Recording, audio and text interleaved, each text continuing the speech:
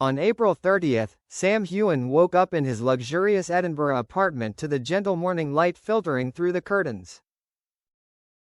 He reached for his phone and saw hundreds of messages, birthday wishes from friends, colleagues, and fans all over the world. But the first thing he found wasn't a text from someone he knew, but an email, or rather, a mysterious tradition, a birthday letter from an anonymous friend. Every year, at exactly 7 a.m. Scotland time, Sam received an email. No specific sender address, no signature. Just a warm, thoughtful, and sometimes strangely humorous birthday greeting. The sender called him by his little-known childhood name, Sammy the Cow, a name known only to those he had gone to primary school with.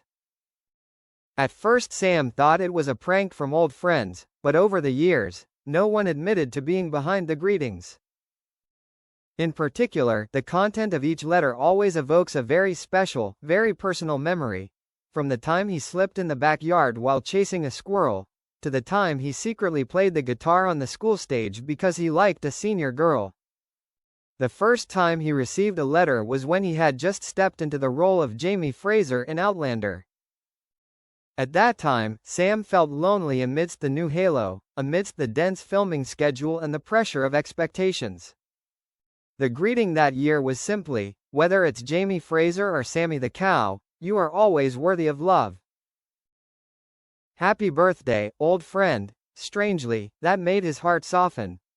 Gradually, the birthday greeting from the anonymous friend became something he looked forward to every year, like an invisible thread connecting him to a part of the past that had been sleeping. This year was no different. Sam sat in front of his laptop. 7 a.m. Ping. The email arrived. Subject: Happy birthday, Sammy the Cow. Content: 31 years old. Not bad for a guy who once thought instant noodles were the pinnacle of culinary delights. Treat yourself to a good whiskey today, take a walk in the Scottish rain, and remember, someone in this world is still following your journey with pride. Thank you for not giving up on your dream, even though it made you cry sometimes. You are not alone, never. An old friend. Sam narrowed his eyes. This reminded him of the time when he was 24, unemployed, living in an old apartment and eating instant noodles all week. This person knew a lot about his personal life, not just from the press, but in details that no one would know if they weren't with him at the time.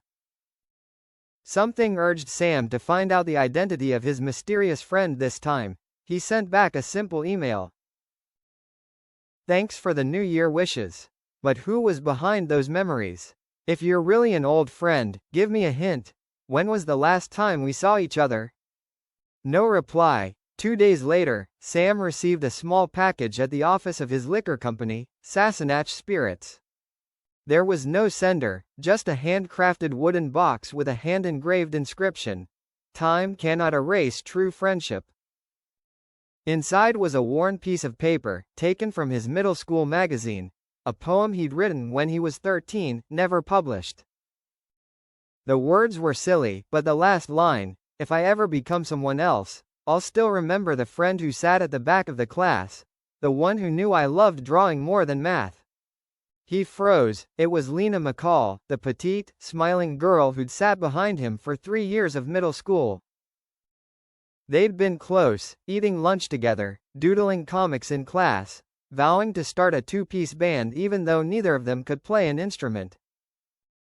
Then her family moved suddenly when they were 14. No phone number, no social media. Sam looked for it but couldn't find it. The following week, Sam flew to a charity event in Glasgow. As the event ended, a female volunteer approached him and asked to take his picture. She had a familiar smile and a strange twinkle in her eyes.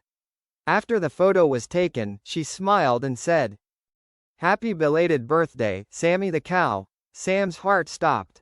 He looked closely, dark brown hair, almond eyes. Unmistakable. "Lena," he choked. She nodded, smiling brightly. "You still recognize me. I never forget your birthday. And I still keep my promise to be the first to congratulate you if you become someone."